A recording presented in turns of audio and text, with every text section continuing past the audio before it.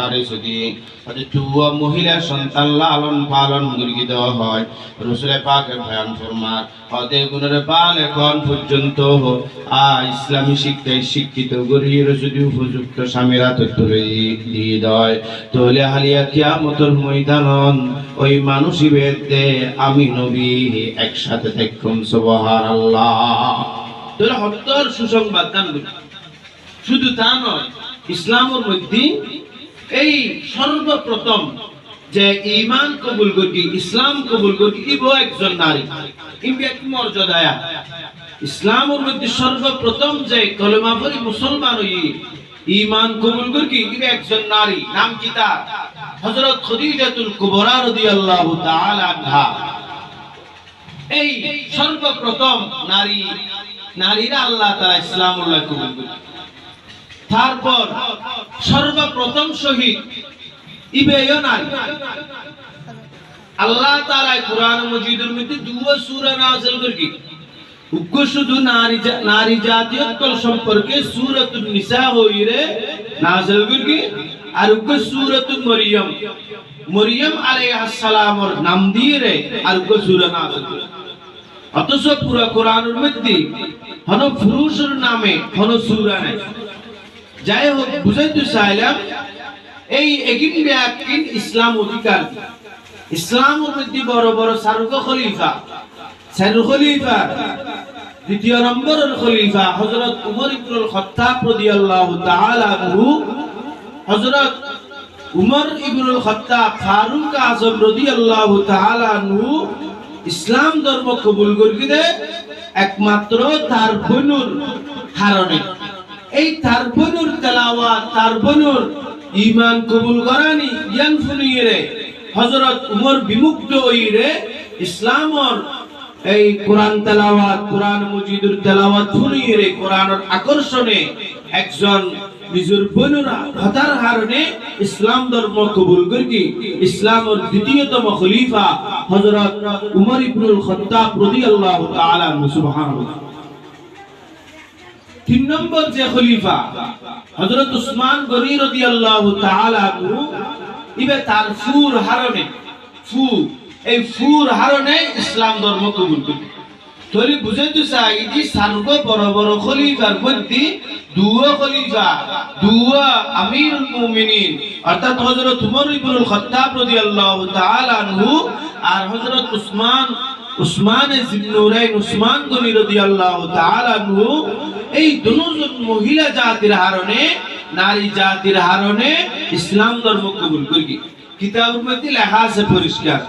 হন পুরুষ মানুষ যদি হন ভালো হাজ করে হন বড় আলেম হয় হন বড় লেকচারা মানে হন বড় বক্তা হয় হন বড় মুফতি মুহাদ্দিস হয় হন দুনিয়াবি বড় উচ্চ পদস্থ ব্যক্তি যদি যেগিরে পৌঁছে হতে বুঝা করিব যে এটা নিশ্চয় হন মহিলার সাহায্য তার ভিতরে নিহিত আছে। তার মানে তার মার দোয়া মার পর্দার হারণে এদিকে হন হারণে আল্লাহ তাআলা এই পুরুষের হন মহিষী পুরুষের পিছনে হন না হন নারীর আত্মাকে মানে দোয়া থাকে। এই একাল্লাই আল্লাহ তাআলা নারী জাতিরে সম্মানিত বানাই এমন সম্মানিত বানাই ইসলাম হতে নারী অক্ষরে আল্লাহ তাআলা গরর রানী হিসেবে বানাই তারার হনা হাস কর্ম বাইরে গরিবের কথা না হয় বরংস পুরুষে খামায় হসত গরিব মাতার কাম পাতাল ঠেলাইরে এদিকে কঠিন মানি রুদ্রর তাপুর মধ্যে পড়ি বিলুত খাস করে গানত খাস করে মানত খাস করে সর্বোপরি সমস্ত জায়গা খাস করি এই টিয়া বসে গুণ বেয়া কোন বুকুর অধিকার বুক করিবার অধিকার দিয়ে দে আল্লাহ তাআলা নারী জাতির। সুবহানাল্লাহ। এটালাই বুঝাইতে চাইছি মানে নারীর মর্যাদা অতুলনীয়। এমনকি আল্লাহ তাআলা এই ইসলামের মধ্যে সব বড় বড় মহিলা রাবিয়া বসরি রাহিমাহুল্লাহ আলাইহা এরকম ভাবে হযরত আয়েশা সিদ্দিকা রাদিয়াল্লাহু তাআলা আনহা হযরত খাদিজাতুল কুবরা রাদিয়াল্লাহু তাআলা আনহা হযরত আয়েশা সিদ্দিকার মতো জ্ঞানী এলেমের জাহাজ সাহাবিয়ল হন মাসালা সমস্যা পড়লি হন মাসালা বুঝুত নুমাইলি নজানিলি সাথে সাথে আম্মা জান হযরত আয়েশা সিদ্দিকা রাদিয়াল্লাহু তাআলা আনহার হাসে দূর মারানুল্লাহ আলাই হযরত আয়েশা এক কথা দিয়ে সাহাবিয়লর সমস্ত মশালার হল সমস্ত সমস্যার সমাধান একদিন অটোমেটিকলি হয়ে যেত কই আল্লাহ তাআলা এতিকিন এলেম আর জ্ঞান দান করি হযরত আয়েশা সিদ্দিকা রাদিয়াল্লাহু তাআলা আনহা সুবহানাল্লাহ। এতাল্লাই নারী জাতির মর্যাদা নারীর অধিকার ইসলামে একমাত্র ইসলামে